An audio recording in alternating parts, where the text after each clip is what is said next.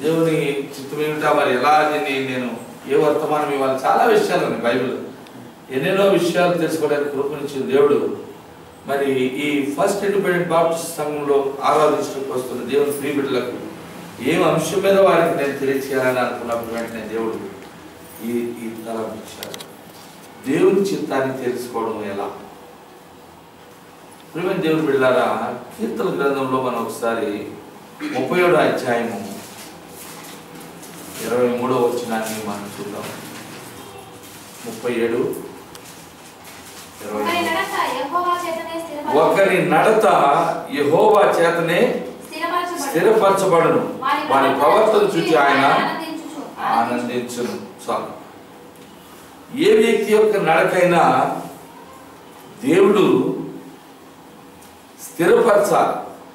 ఒక వ్యక్తి తీసుకోవాల్సిన మార్గం, ఒక వ్యక్తి అనుసరించదగినటువంటి విధానం, ఒక వ్యక్తి తాను చేయబోతున్నటువంటి పని విషయంలో తన గ్రహింపు కలిగి, ఈ లోకంలో ప్రతి వ్యక్తి పట్ల దేవునికి ఒక సంకల్పం ఉన్నది. ఈ లోకంలో జీవిస్తున్న ప్రతి వ్యక్తికి దేవుడు మార్గాన్ని ఉపదేశించువాడై ఉన్నాడు. అందుకనే ఒకరి నడత యెహోవా చేతనే స్థిరపరచబడు. మనుషుడు స్థిరపరచబడాలి. మనం ఎప్పుడు నిలకడ లేని వారమే మనుషులంగా. గాలి ఎటు తోలుతుందండి? ఇటు మొదలుపెట్టింది, ఇట్లా వచ్చేసింది. ఓహో ఇటు బలే ఉంది గాలి అని అనుకుంటుండే దాని డైరెక్షన్ మారిపోయి మళ్ళీ ఇటు వస్తుంది. మళ్ళీ కాసేపు అయిన తర్వాత ఆగిపోద్ది కంప్లీట్గా కదా. ఆగిపోయిన తర్వాత అదే చెమట పడతా ఉంది అని మనం విసురుగాలు తీసుకోవడం, లేకపోతే ఇంకేదేదో ప్రయత్నం చేస్తున్నాం. మళ్ళీ సడన్గా చినుకులు స్టార్ట్ అయ్యి ఇంటి నుంచి గాలి అప్పటికప్పుడే ఎన్నెన్నో రకాలుగా ప్రకృతిలో మార్పులు వస్తాయి. ఒక వ్యక్తికి స్థిరమైనటువంటి స్వభావము, ఒక వ్యక్తికి స్థిరమైన నడక, ఒక మనుషునికి మరి తన జీవితంలో తాను ఏం చేయాలి, ఎలా స్థిరపడాలి, ఎలా జీవించాలి, ఏ విధమైనటువంటి పద్ధతిని అనుసరించాలి, ఏ ఉద్యోగం చేయాలి, ఏ ప్రదేశంలో నివాసం ఉండాలి, మరి ఎవరిని స్నేహితులుగా కలిగి ఉండాలి. ఇప్పుడు చాలా సంఘాలని ప్రార్థిస్తాను, ₹1,00,00,000 ఖరీదు పెట్టి కట్టిన భవనాలు ఉన్నాయి, మందిరాలు. ఆ బిల్డింగ్ బాగుంది, మనం అక్కడ కూర్చోడానికి కూడా సౌకర్యంగా ఉంటుంది, అక్కడికి పోదాం. లేదు ఫలానా చోట షాపులే ఉన్నాయి, ఇంకో చోట అసలు అక్కడ ఏమీ లేదండి. మరి ఎటు పోవాలి, ఏదైతే మనకు బాగుంది. ఇవన్నీ కూడా మనుషులకు కలిగే తరం. ఒక వ్యక్తి పెళ్లి కాదు, ఏ అమ్మాయిని పెళ్లి చేసుకోవాలి. ఒక వ్యక్తి చదువుకుంటున్నాడు, 10th క్లాస్ పాస్ అయ్యాడు, నెక్స్ట్ ఏం చదవాలి, ఇంటర్మీడియట్ పాస్ అయ్యాడు, ఏం చదవాలి, ఏ ఉద్యోగం చేయాలి. ఒక వ్యక్తి డబ్బులు ఉన్నాయి, 1,50,000 ఉన్నాయి, మాట వస్తుంది, ఉద్యోగం కాదు, వ్యాపారం చేయాలని. ఏ షాప్ పెట్టాలి, రైస్ షాప్ పెట్టాలా, లేకపోతే ఇంకేదైనా ఫర్నిచర్ షాప్ పెట్టాలా, లేకపోతే కూరగాయల షాప్ పెట్టాలా, లేకపోతే టిఫిన్ సెంటర్ పెట్టాలా, ఏం చేయాలి? చాలా కానీ దేవుడు బిడ్డలారా, దేవునికి మనుషులందరి పట్ల ఒక సంకల్పం ఉన్నది. హల్లెలూయా. ఆ సంకల్పము చాలా మంచి సంకల్పం. ఒకరి నడత యెహోవా వల్లనే స్థిరపరచబడు. మనం ఎన్నెన్నో అనుకున్న తర్వాత స్థిరత్వంలోకి వస్తాం. మనం అది చేద్దాం, ఇది చేద్దాం, ఇక్కడ ఉందాం, అక్కడ ఉందాం, ఇది చేద్దాం, లేకపోతే ఈ ఉద్యోగం మనం అది చేద్దాం, ఇదంతా ఎందుకు అసలు మనం కొత్తదేదని నేర్చుకుందాం. ఇవన్నీ అయిపోయిన తర్వాత దేవుడు ఒక డైరెక్షన్ మనకి ఇస్తాడు. ఆ డైరెక్షన్లో దేవుడు అతన్ని స్థిరపరిచేవాడు. అయితే దేవుని యొక్క చిత్తం ఏంటి మన పట్ల అని చూసినట్లయితే రోమా పత్రికను మనం చూద్దాం పిల్లారా. కొత్త నిబంధనలో రోమా పత్రిక 12వ అధ్యాయం 2వ వచనం.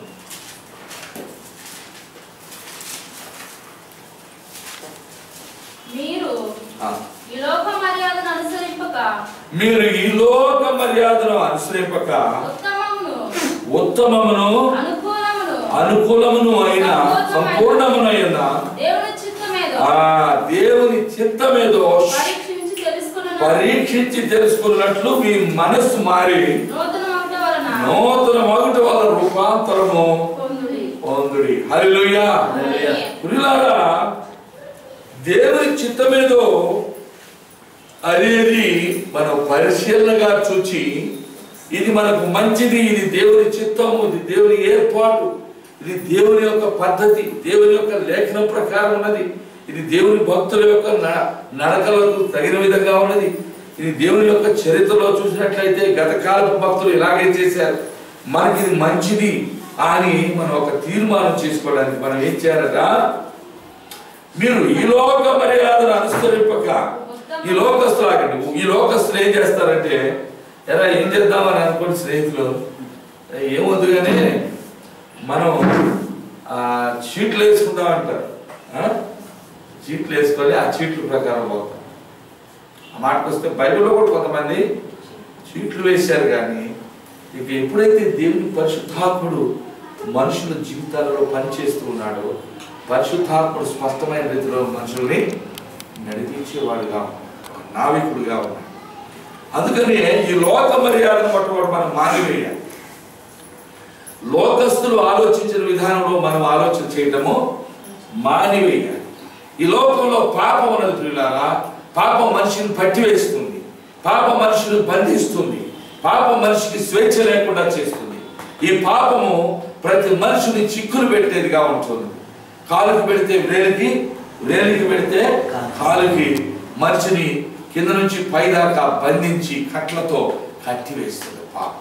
కనుక ఈ లోక మర్యాద ఏమిటంటే, లోకానుసారులైనటువంటి వ్యక్తులు వారి ఇష్టానుసారంగా నడుచుకునే విధానం ఉంది.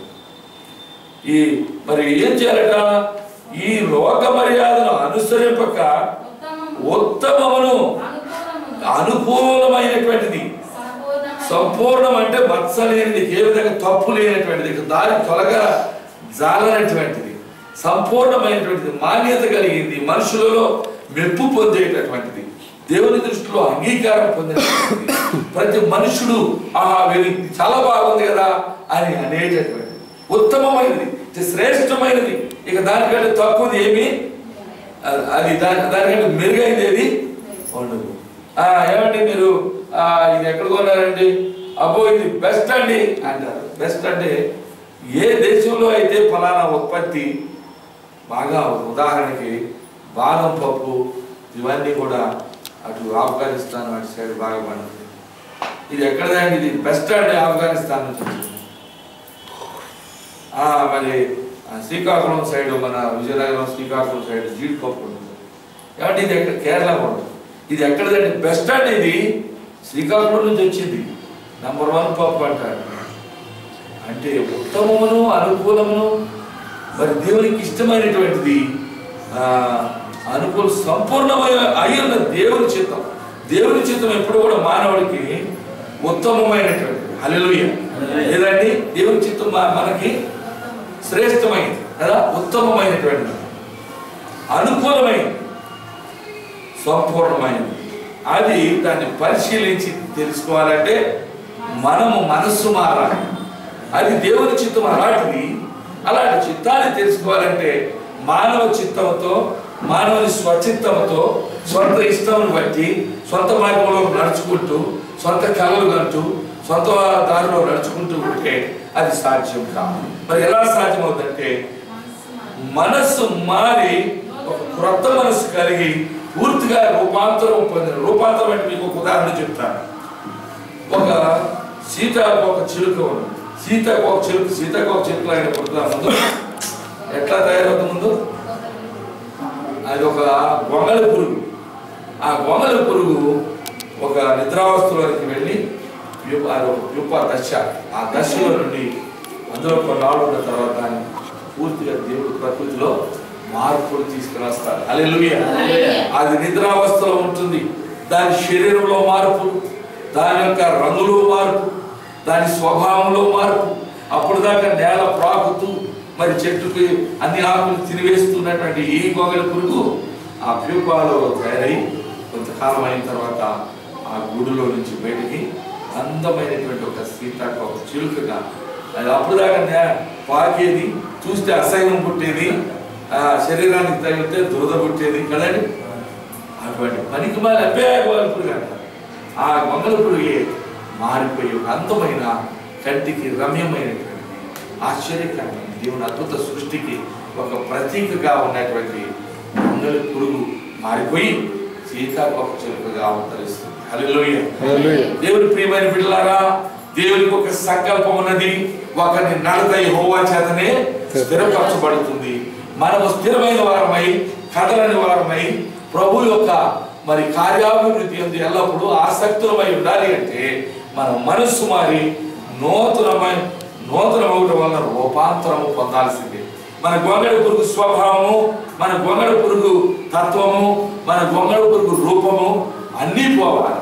మనం ప్రభు యొక్క పాద సన్నిధిలో గడపాలి. లోకానికి వేరై అది ఏ రీతిగా ఆ యొక్క ప్యూపాగా ఉండి దాని చుట్టూ ఒకటి అల్లబడుతుంది, ఆ గూడు లాంటి దాంట్లో ఉండిపోతుంది. హల్లెలూయా. ప్రభు పాదాల సన్నిధిలో ఒక వ్యక్తి గడిపినప్పుడు అతని యొక్క స్వభావము, అతను దేవుని యొక్క పరిశుద్ధాత్ముడు అతనిలో మార్పు తీసుకుని వస్తాడు.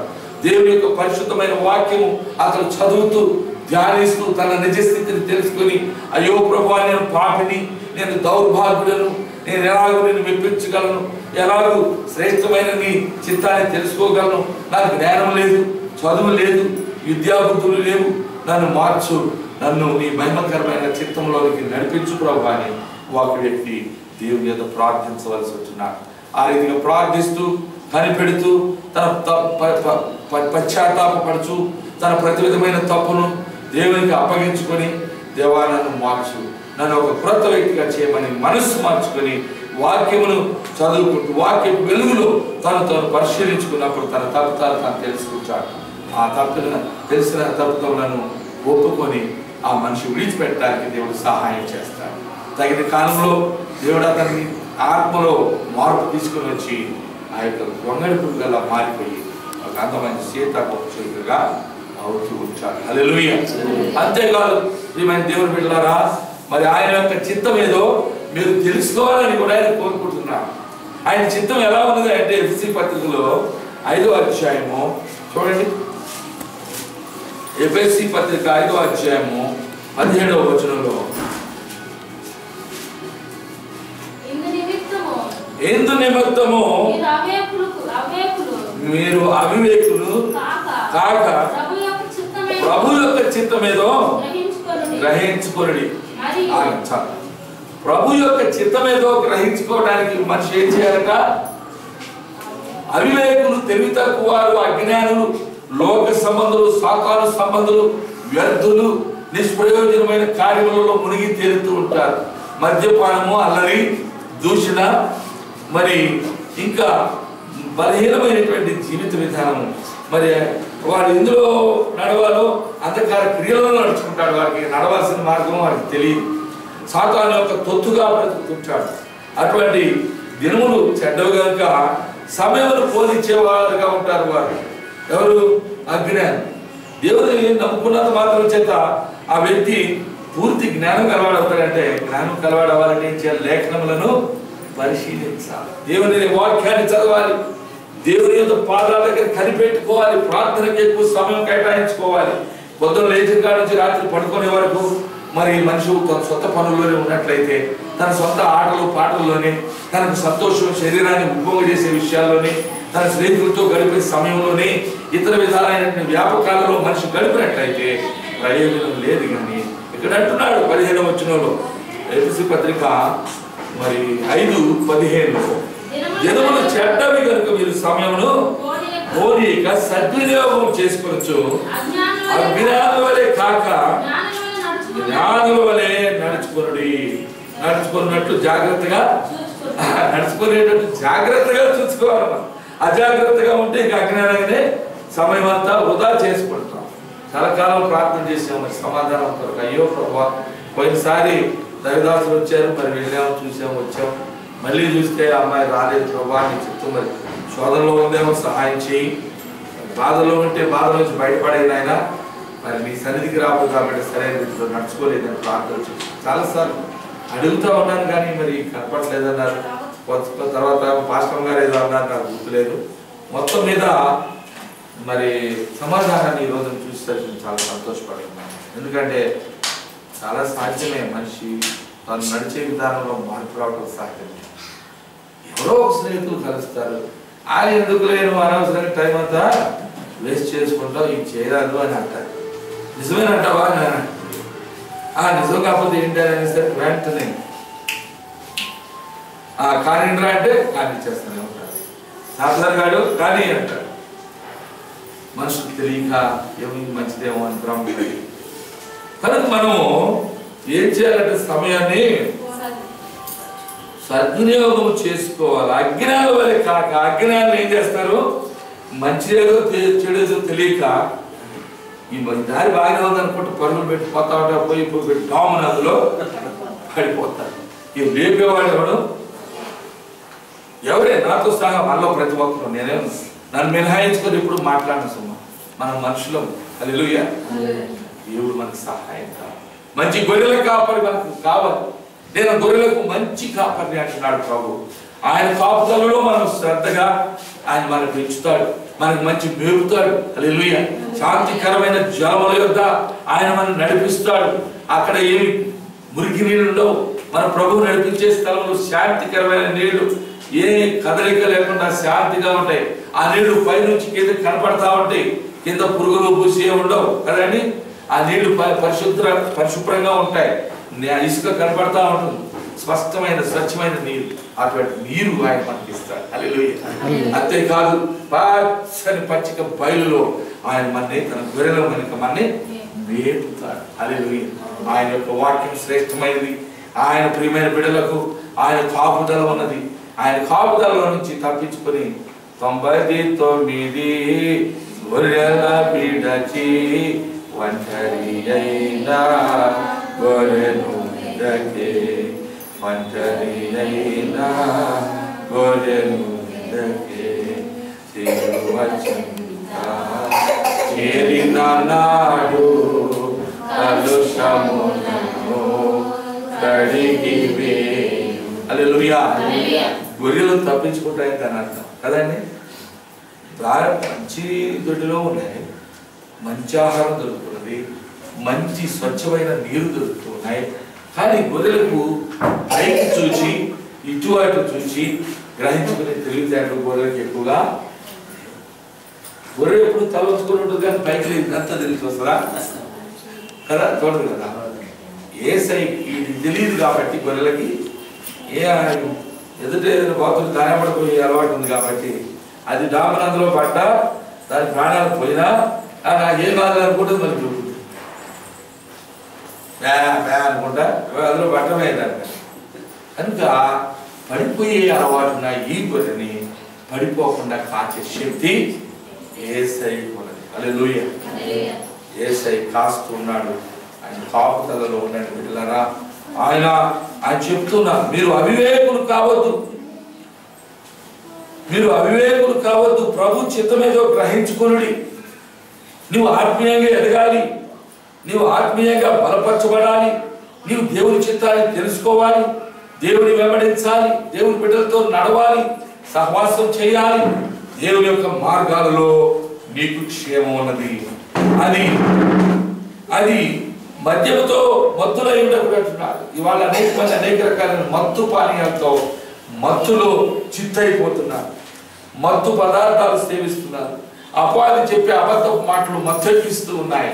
ఇది నీకు చాలా బాగుంటుంది, ఇది నీకు భలేగా ఉంటుంది. వాడు పరుగులు పెట్టిస్తాడు, తర్వాత వారి కాళ్ళను అరికేస్తాడు. పరుగులు పెట్టిన తర్వాత వాడు ఇసురుతాడు, కట్టి కాళ్ళు ఇరిగి కింద పడి కూలిపోయి చచ్చిపోతాడు. దేవుడు వెళ్ళారు. దేవుడు ఏమంటున్నాడు? మద్యముతో మత్తులై ఉండకుడి, దానిలో దుర్వ్యాపారం కలదు, అయితే ఆత్మ పూర్ణులై ఉండుడి. హల్లెలూయా. ఆత్మానుసారంగా మనం నడుచుకోవాలండి. అయితే దేవుని చిత్తాన్ని కూడా మనం గ్రహించుకొని, దేవుని సంకల్పం తెలుసుకొని, దేవుని బిడ్డలు మారు మనసు పొందిన బిడ్డలతో, బాప్తిస్మం పొందిన బిడ్డలతో సహవాసం చేయాలి, మంచి మాదిరి కలిగి ఉండాలి, ఒకరినొకరు ప్రేమించుకోవాలి, దేవుని యొక్క రాకడ కొరకు సిద్ధపడాలి. ఈ భూమి మీద మానవుని జీవితము ఎక్కువ కాలం లేదు కనుక ఈ వ్యర్థమైన జీవిత కాలాన్ని ఇంకా వ్యర్థం చేసుకోకుండా దేవుని చిత్తాన్ని తెలుసుకొని ఆ విధంగా నడుచుకున్నట్టయితే నాకు మేలు ఉన్నదని ఒక వ్యక్తి తీర్మానానికి రావాలి. అందుకని కీర్తన గ్రంథము 40వ అధ్యాయము 8వ వచనంలో ఇక్కడ దేవుని వాక్యం ఇలా తెలియజేస్తా ఉన్నది. 8వ వచనం, నా దేవా నీ చిత్తం నెరవేర్చుట నాకు సంతోషం. హల్లెలూయా. దేవుని ప్రియ బిడ్డలారా, దేవుని సంతోష పెట్టండి, దేవుని మార్గంలో నడవండి, దేవునిలో సంతోషించండి. మీ దుఃఖము నిట్టూర్పు పోతుంది, మీకున్న బాధలు వ్యాధులు వైదొలుగుతాయి. దేవుని యొక్క ఆదరణ మీకు దొరుకుతున్నది. ఆయన చిత్తం నెరవేర్చడం వలన మీకు మనందరికీ నాకు ప్రతి ఒక్కరికి కూడా ఆయన ఏమిస్తాడంట? సంతోషం కలుగుతున్నది. మళ్ళీ ఒకసారి చూద్దాం అందరం. దేవా నా దేవా నీ చిత్తం నెరవేర్చుట నాకు సంతోషం.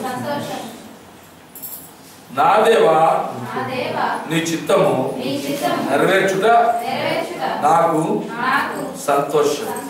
ప్రియమైన దేవుని బిడ్డలారా, ఈ దినాన అవునండి పాస్టర్ గారు, దేవుని చిత్తం నెరవేర్చడం నాకు సంతోషము. అది నా దృష్టికి సంతోషంగా అనిపించకపోవచ్చు, కానీ దేవుని చిత్తం చాలా సంతోషకరమైనది, అది నేను చేస్తాను అనే తీర్మానం మీరు కలిగి ఉండాలని, మనలో ప్రతి ఒక్కరు కలిగి ఉండాలనేది ప్రభు యొక్క ఉద్దేశంగా ఉంటున్నది. చూడండి ప్రియమైన దేవుని బిడ్డలారా, మరి దేవుని యొక్క నడిపింపు మనకు అసలు అవసరమైనది. బాగా దేవుని నడిపింపు లేకుండా మనం నడవలేము సొంత మార్గాలు. కాబట్టి దేవుని మార్గం మనకు ఎందుకు అవసరమైనదంటే మీకు తెలియజేస్తాను. కీర్తన గ్రంథం 139వ అధ్యాయము 1 నుంచి 4వ వచనం వరకు చదవండి. అక్కడ 5 విషయాలు ఉన్నాయి. 139వ కీర్తన, యెహోవా నీవు నన్ను పరిశోధించి తెలుసుకొని ఉన్నావు. ఆయనకి దేవునికి కూర్చుండుట లేచుట ఆయనకి తెలుసట. తలంపు పుట్టక మునిపే నా మనస్సును నీవు గ్రహించుకుంటున్నావు నాయన. ఆ నడకను నా పడకను నీవు పరిశీలన చేసి ఉన్నావు. నా చర్యలన్నిటినీ నీవు బాగుగా తెలుసుకొని ఉన్నావు. యెహోవా మాట నా నాలుకకు రాక మునిపే